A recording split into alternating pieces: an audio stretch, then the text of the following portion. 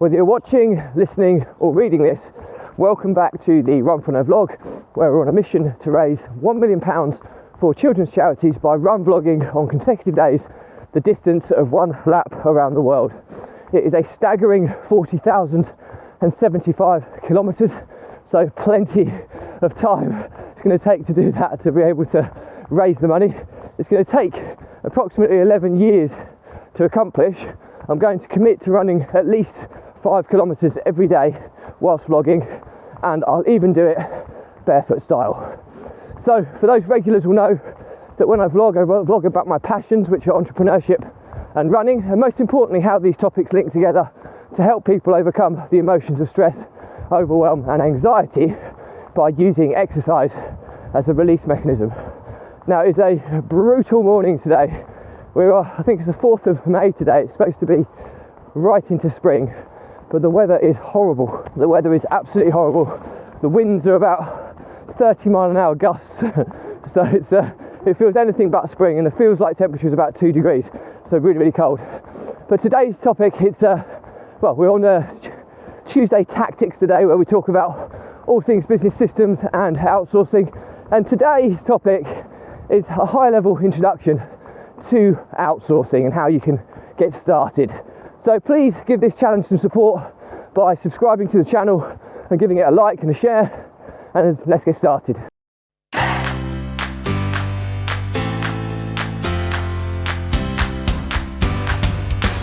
So what is outsourcing, or what is business outsourcing?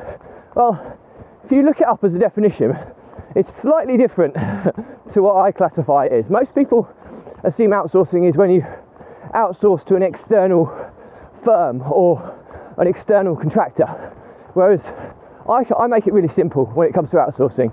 I just class it as when you outsource something to anybody but you. Okay, so that covers a whole host, and most people would say, well, that's just delegation. Well, yes, that is delegation if they're your internal team. But if you're working with external team members or external contractors or external consultancy firms, it's still outsourcing. Okay, and it's still, I just lump it all together, because the whole purpose here is you to understand is if you've passed that work over to somebody else and it's not you, you've outsourced it. Now, whether you have outsourced it to get it done to the required standard and quality is a different story altogether. But for the purpose of this episode, I'm going to refer to outsourcing as to get something done by anybody except you. Okay, that is what I use. So I'm getting blown behind me here. I can feel the wind trying to push me along faster than I'm willing to go today, so I've got sore calves. But anyway, I digress. So how does it work? Well, as I've just explained there, you could have multiple different stakeholders involved in your outsourcing network. You could use your family, you could use family members that kind of help you out when you in your role or your job. You could use internal employees, so you could employ people who you could outsource stuff to them or delegate stuff to them. You could have contractors that you bring into your internal team, so they could be from overseas, that again you can outsource stuff to them to accomplish. You can outsource things to an accounting firm, so they might take on some of your financial procedures in your business. You can outsource to them. You can outsource to legal practitioners like solicitors, etc., when you need them to do specific work for you or your business. That's outsourcing again. The common trend is you're passing work over to people who are able to do the work because you're going to give them the required guidance to complete it. Okay, so that's the big caveat here. So outsourcing is easy in its high level principle. Oh yeah, I don't want to do that. I'm just going to pass that on to John to do, or pass that on to Bill to sort out, or pass that on to Sarah. But it's not that simple. Okay, if any of you have tried and had experience with outsourcing, then you'll know that quite often I speak to people who've had a bad track record with outsourcing, and that's not because they haven't tried doing it. They've taken the biggest step and they've tried doing it, but the same answers and responses come back. Well, I tried outsourcing that, but the work was so substandard and it wasn't to the required level. I just had to do it myself anyway. So it took me longer overall. And the other one is, well, it took longer to show somebody how to do it than it did to complete the task itself. So again, that's it's kind of false economy there. Okay, that's another one. The other one is how do I outsource? You know, I don't know how to do it. I don't know how to find the right people to do it too. You know, all of these types of questions. The other ones are fear of letting go. I can't afford to outsource. Okay, so all of these are common kind of obstacles that you have to overcome when it comes to outsourcing, and I will dive deep into each of these topics.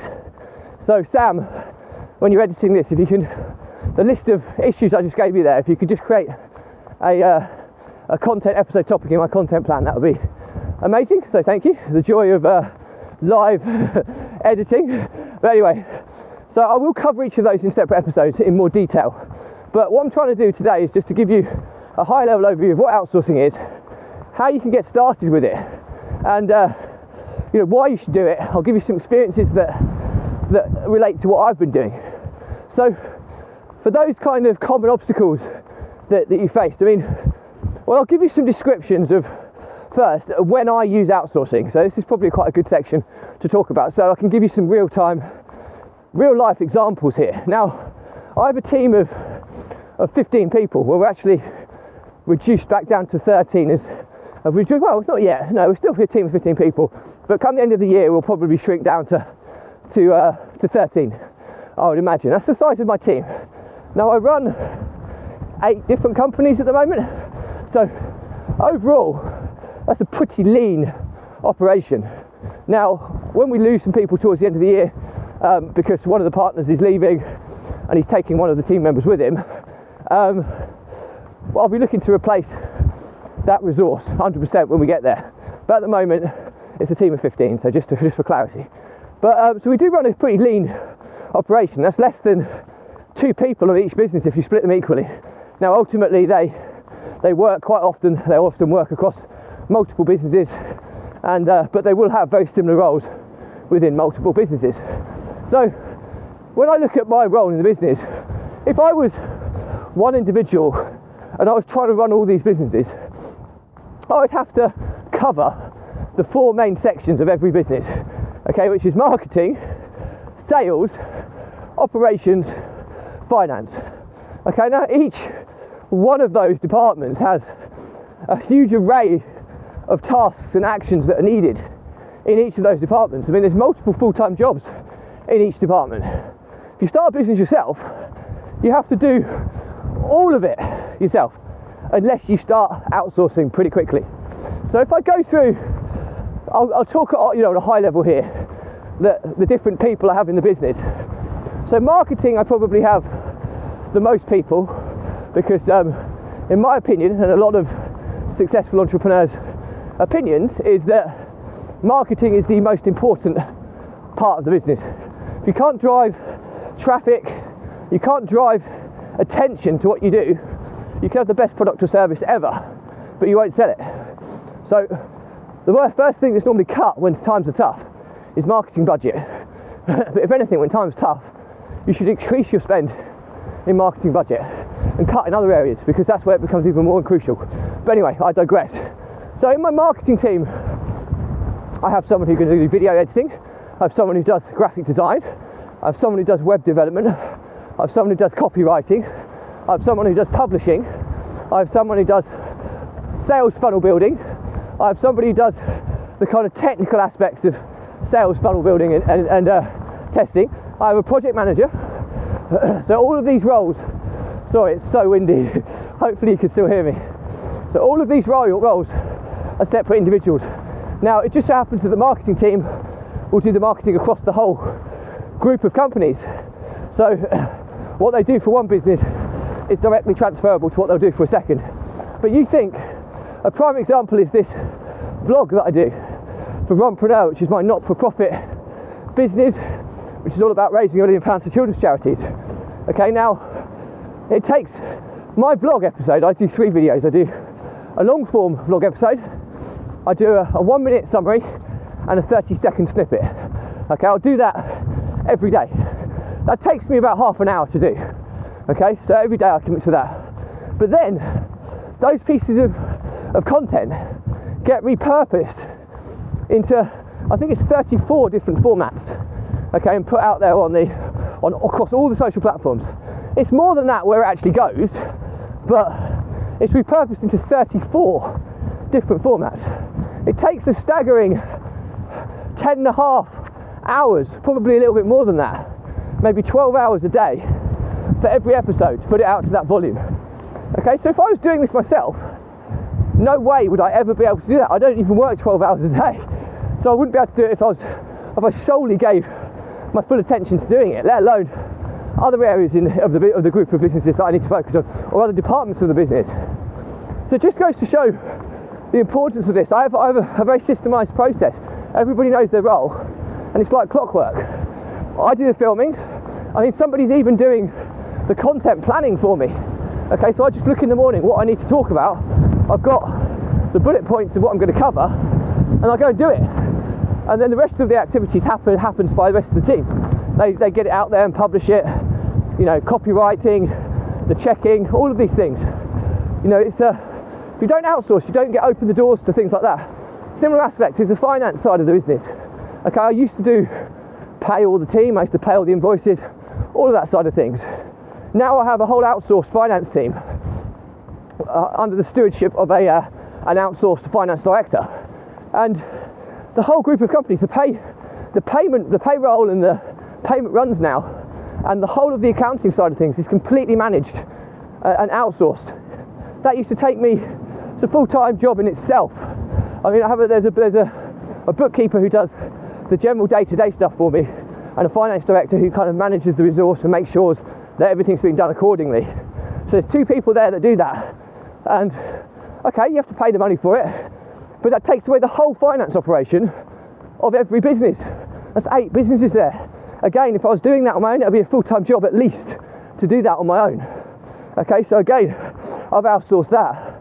I've got partners in place now, partners who can be the front-facing promotional side. Okay, now this is a different type of outsourcing this, but a partner and going into business partnership with someone is still a form of outsourcing, because they're doing jobs that you don't want to do, or doing jobs that you can't do, or doing jobs that you shouldn't be doing, or vice versa. Okay, or playing to your strengths. And I have partners that promote, I have partners that man the sales side of things, I have partners that man the coaching side of the business. Okay, so it allows me to focus on what I'm good at, the vision, the strategy, the planning. I do work a lot on numbers, reporting, those side of things that management by numbers would summarise how I operate. I build myself on the 3 foundations of growing and scaling a business, which is number 1, systems and processes. So I spend a lot of time putting these systems and processes in place, and I step away. Number 2, people. I spend a lot of time looking at people, how I can develop them, how I can bring more people into the business, and how I can reward these people better. And number 3, data. I spend a lot of time with my data. I've got a data analyst as well who creates all my reports, but I brief them on what I want, what I'm looking for, and we work through that together to create a full management by numbers setup. So this is examples of how I outsource in my business. So hopefully this is really, really useful, and this is good examples of when I outsource. Okay, so to finish up with, why should you outsource? If I haven't already given you enough solid reasoning to do it, okay, I perhaps will touch in a little bit more on the overcoming these potential obstacles at the moment. Okay, now I will do separate episodes on this, but what I want you to do today is just to understand the importance of this. If you want to grow and scale a business, people is one of the key foundations or key pillars to doing this. They're one of the 3 big ones that I always refer to, and people is a big one. If you don't outsource to people, you'll never ever be able to scale and grow, because you'll hit your capacity so quickly, and you'll live in the world of self-employment if you try to start your own business, that is. So some of the misconceptions, it took longer to show somebody how to do it than to do it. No, let's start with the first big one. Cost. I can't afford to outsource. Well, you can now access people in places like the Philippines, where the cost of living is so much lower, and you can get an hourly rate of somewhere in the region of £3 to £4 an hour. Now, you don't have to bring in a full-time member of staff. You could bring them in for 10 hours a week at like 30 quid. Okay, now if you can't afford that and you're trying to start your own business, then it's probably not the right time for you to start your business at this stage if you can't afford an expense of £30. And if you can't afford that, maybe you have to raise some seed capital to get you going. But the point of the matter is, it's just 10 hours a week of what somebody could give you could take so much of the kind of repetitive, recurring workload off of your plate, so you can actually focus on the growth and the vision and the strategy, which is what a business owner should be doing. You know, that's really, really important. You kind of understand that.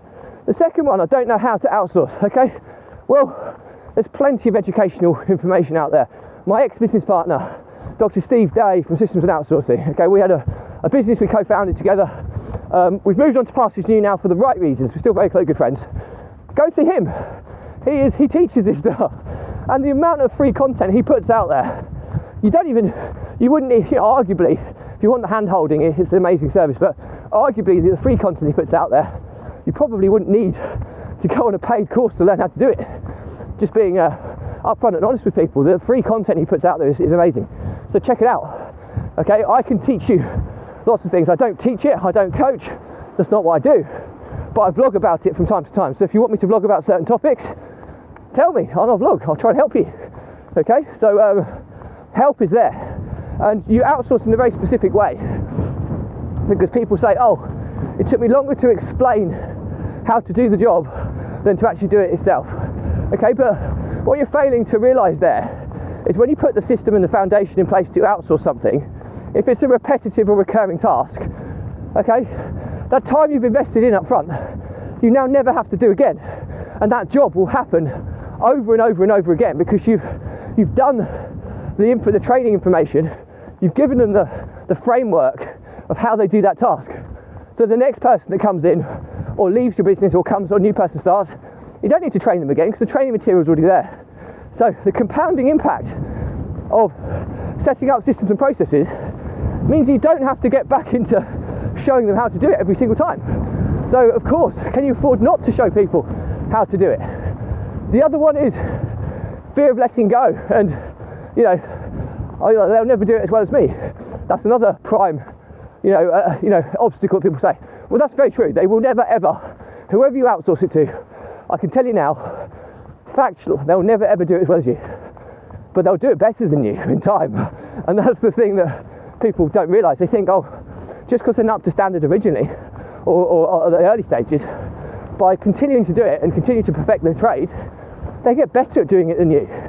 And that's when your business goes to a whole new level. But you have to take that leap of faith to give them the opportunity to be better than you. If you just say, oh, give them one chance, you've done something hundreds of times, you're bringing somebody in who's never done it and expecting them to do it to the same standard as you, it's not going to happen. But with guidance, they will eventually do it better than you. And that's another thing that you kind of need to kind of overcome. It's really, really important you kind of understand this. Where to recruit people from?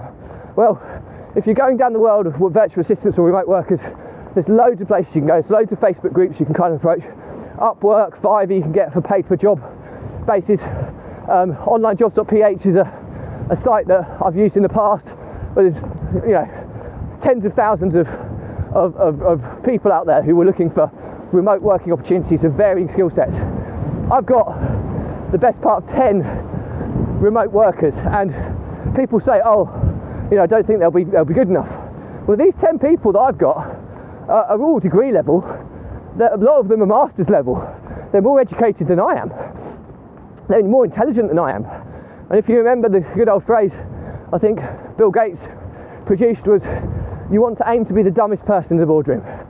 And that's what you want to know. But you can only get to that stage if you give people the opportunity to show their worth. And the other thing with remote workers, especially from places like the Philippines, is the empowerment process, because it's quite a passive culture, and they'll often come in and do just what you ask them to do rather than taking initiative. And that's another topic altogether, and I've talked about empowerment on different episodes. But yeah, nurturing them and giving them the ability to grow to their true potential, and that's when it becomes truly game changing. So I hope I've given you enough reasons why you should do this. Okay, really, really important. So let's leave it there because it's quite a long episode already. But As always, if you've got any questions and stuff, drop me a comment, I'll respond to everyone. If it's a bigger topic, I'll do a separate blog episode and I'll tag you in. Do keep up to date with the links in my bio to keep up to date with my challenge to raise £1 million for children's charities by run vlogging on consecutive days, a distance of 1 lap around the world. All my content's available there as well. You can watch, listen or read it. It's in multiple different formats, so it should be very easy to navigate, find some relevant stuff to you and digest it, hopefully, in an entertaining fashion. So all that's to say is that, as I've explained, the content I vlog about entrepreneurship and running is always linked to how it can help people overcome the emotions of stress, overwhelm and anxiety by using exercise, in my case run vlogging, as a release mechanism to kind of clear your head, clear those daily, weekly pressures in the form of stress from your head, okay, process what's going on, gain clarity of where you are, refocus and move on. Okay, if you don't have that process, it kind of, the pressure builds up in the form of stress like pressure does in a pipe without a release valve. It's going to build and build and build. And if those daily pressures in the form of stress don't get released on a regular basis, there will very quickly be so many of them, it will evolve to kind of overwhelm. Where when you hit overwhelm, you almost freeze because there's so much going on. You don't know where to start, you don't know what to do. You kind of have a seizure, you kind of procrastinate, and you just then very, very quickly switches over to panic and anxiety. And as soon as you kind of get to panic and anxiety stage, you're flirting with the edges of mental health issues, which is clearly something we want to avoid, and most in particular a mental breakdown. And in this analogy, when you get to that stage, the pressure gets so big and so high in the pipe that the pipe bursts. Now I've been there, okay, I've lost businesses because of my inability to process my emotions. I've lost business partners and I've almost been bankrupt, and it's a horribly dark place and I wouldn't wish it upon my worst enemy. And there's no coincidence that in the last 11 months of doing this running vlog, which is my release mechanism, I've made more progress in my life in all facets than I have done in the previous 4 to 5 years. So hope there's enough social proof this stuff really works. And my pledge to you, the olive branch I'm giving you today, is if you are struggling with this, drop me a message, okay? We'll jump on a call. And there's no catch here. Runpreneur is not for profit. Okay, we raise money for children's charities, but donations are always optional, so never a requirement. So drop me a message, okay? No catch. I'll jump on a call. I just want to try and help you get back on the right path. And I'll give you a step-by-step guide on how you can do this. And I know this stuff works because I've helped hundreds of entrepreneurs and people over the years do exactly this. Okay, so I know it works. And help is there. It's often free, and it's often easier asking for help from strangers than from nearest and dearest. So take advantage of this. My olive branch is there. So that's it for me today. As always, please support this challenge, so windy, of me raising £1 million for children's charities. So check the links in the bios. If you can't support it financially, subscribe to my channels, share what I do, try and get the message out further, because that's ultimately how we're going to raise that staggering figure of £1 million. So thank you for your support, and as always, I'll leave you with stay positive, stay happy, and I'll see you tomorrow.